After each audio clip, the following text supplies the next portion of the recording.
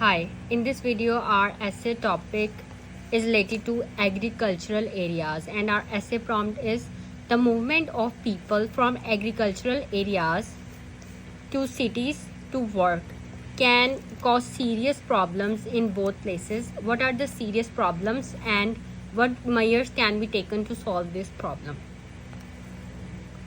So first look at the introduction. The world is steadily becoming more urban. Urban means that people are moving from rural areas to cities to work. तो इसको कहते हैं हम urbanisation.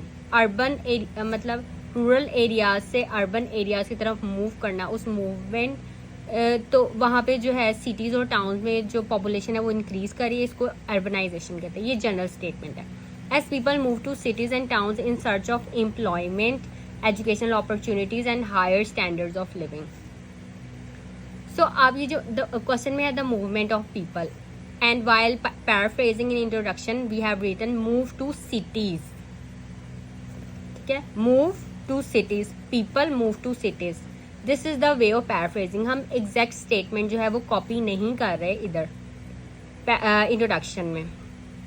हम जो है different words use करके तो हमने paraphrasing की है, क्योंकि अगर आप exact same statement लिखेंगे introduction में then it would not be good for your band scores. Examiner पर बैड इंप्रेशन पड़ेगा. आपने जो है वो पैराफ्रेजिंग या सिनोनिम्स और टॉपिक रिलेटेड वोकैबुलरी और इस तरह वर्ड्स की शफलिंग करके तो आपने जो पैराफ्रेजिंग करनी है.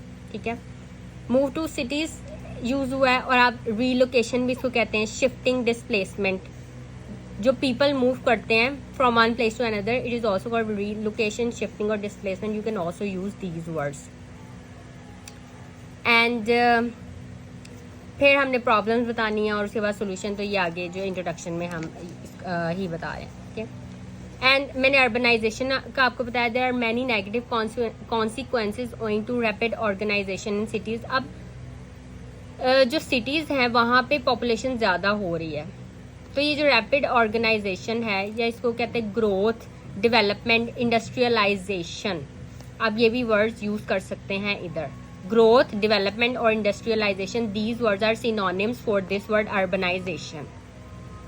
और फिर आपने problems discuss करनी है जो आप सोचते हैं. इसमें जो आप problems आप read करें और इसके अलावा और भी problems आपके ज़हन में आएंगी, तो you can write whatever problems जो आप सोचते हैं कि ये problem होती हैं.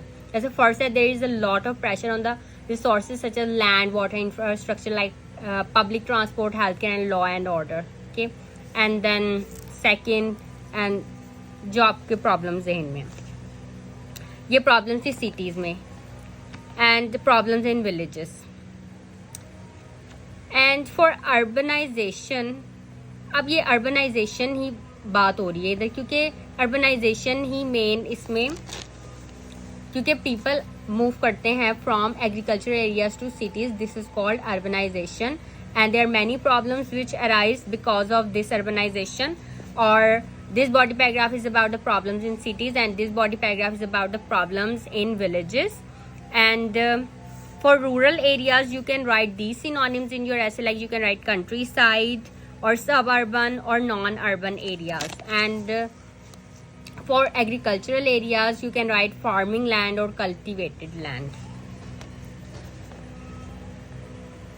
These are some collocations for agricultural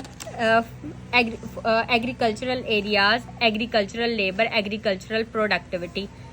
comments में एग्जामिनर कोलोकेशंस को मेंशन करते हैं कि इसने ये इस स्टूडेंट ने ये कोलोकेशन यूज़ की हुई हैं.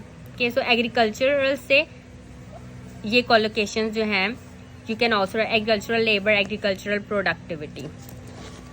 And this third body paragraph is about the solutions. आप कोई भी सॉल्यूशंस लिख सकते हैं जो आपको लगता है. And then conclusion, summing up, urbanisation is not bad but it can have some serious consequences if it is not managed well. Steps must be taken to regulate so that the negative impacts can be minimized. Just read this essay and by using these topic related vocabulary words and synonyms and getting ideas from these problems and solution. Write this essay in your own words, and if you have any questions you can ask me in comments. And एक full play list है IELTS writing task 2 essay के नाम से. You can आप वहाँ पर essays जो है वो देख सकते हैं.